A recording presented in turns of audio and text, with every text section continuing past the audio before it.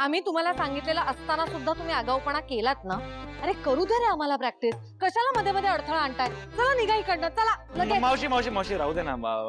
आम्ही काही त्रास पण नाही देणार तुम्हाला. खरंच एकदम शांत बसून एकदम शांत बसून प्रॅक्टिस बघतो. ओके आणि मी मगाशी म्हटलं ना भूक लागली तर मी खायला आणून देऊ शकतो. अजिबात चालणार नाही. मावशी मावशी प्लीज बोल ना आईला. नाही नाही म्हणते ना ती. मग वा चल चला निघा. ठीक आहे मग आता काय चला जातो आम्ही. मला एक प्रश्न आहे. आता काय?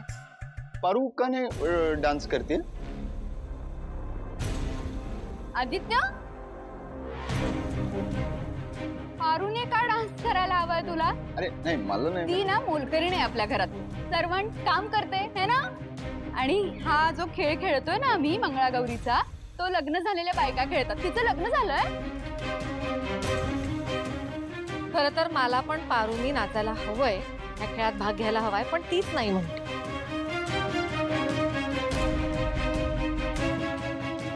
आदित्य बाहेर आहे ना, मला बोलायचं तुझ्याशी. पारू मॅडम तुम्ही पण येता? कदाचित आशीर्वाद द्यायलाच आलेत ते. होय सासूबाई, मी हळद कुंकू वाहते, माझी खात्री आहे कुणाला काही इजा न करता ते जातील.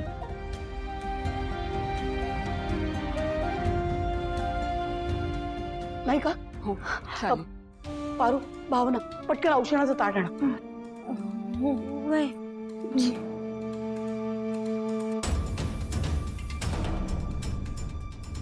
आईला चल तू सासूबाई या.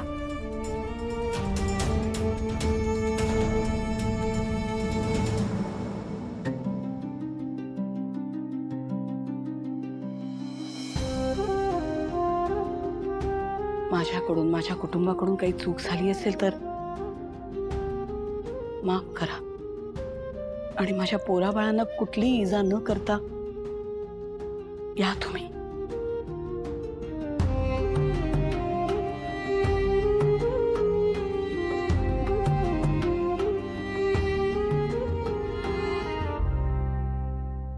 काळजी करू नका आता. हं, भूक लागली असेल ना सगळ्यांना. हो चला जेवून घेऊया.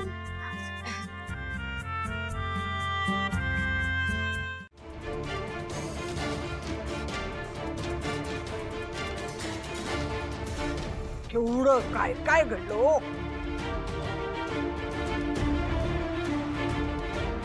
आजी, फक्त हरीशच नाही तर अख्ख्या दळवी कुटुंबावर संकट आलंय. हा पण ते मार्ग काढतायत यातून. आता अशा प्रसंगी जर सिंचना हरीश सोबत असेल तर त्यालाही जरा बळ मिळेल ना, त्याची परिस्थिती सुधारेल.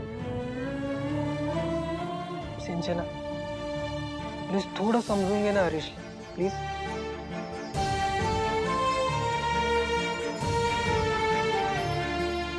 थँक्यू. सिंचना प्लीज चल ना आपल्या घरी. हे बघ, यापुढे तू म्हणशील तसंच सगळं होईल. तुझा एकही शब्द खाली पडू देणार नाही सिंचू. प्लीज प्लीज आपल्या घरी चल. कुठलं घर?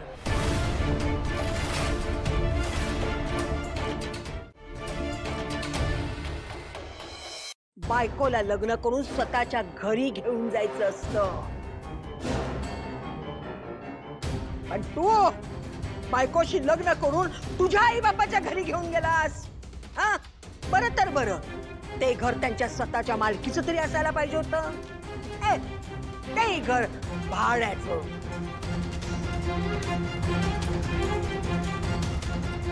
आणि आता त्या भाड्याच्या घरातून एका बाईनं तुम्हा सगळ्यांना हाकलून लावलंय. अरे रस्त्यावर काय राहताय, जावयांच्या घरी काय जाताय?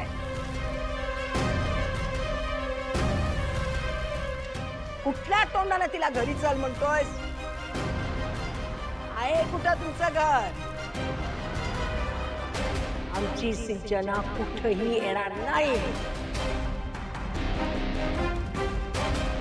उलट तूच आल्या पावले निघून जा. आजी, आता घर नाहीये पण लवकरच. बस, हे काही सांगू नका. या दळवींच्या बाबतीत काहीही होणार नाही. आजी मला फक्त एक एक शब्द बोलू नकोस. चालता हो आधी इथून. आमची सिंचना बोलते ते बरोबरच आहे. तुम्हाला खरं तर घरात सुद्धा येऊ द्यायला नको पाहिजे होतं मी. चालायला.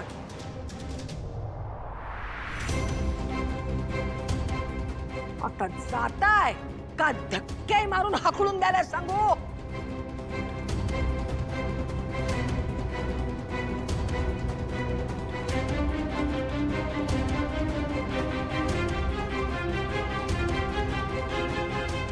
हरीश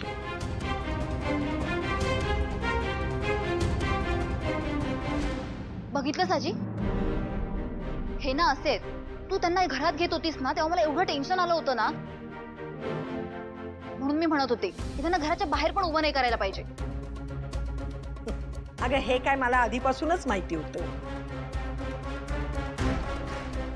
मी आपलं माहिती काढायची होती म्हणून बसायला सांगितलं.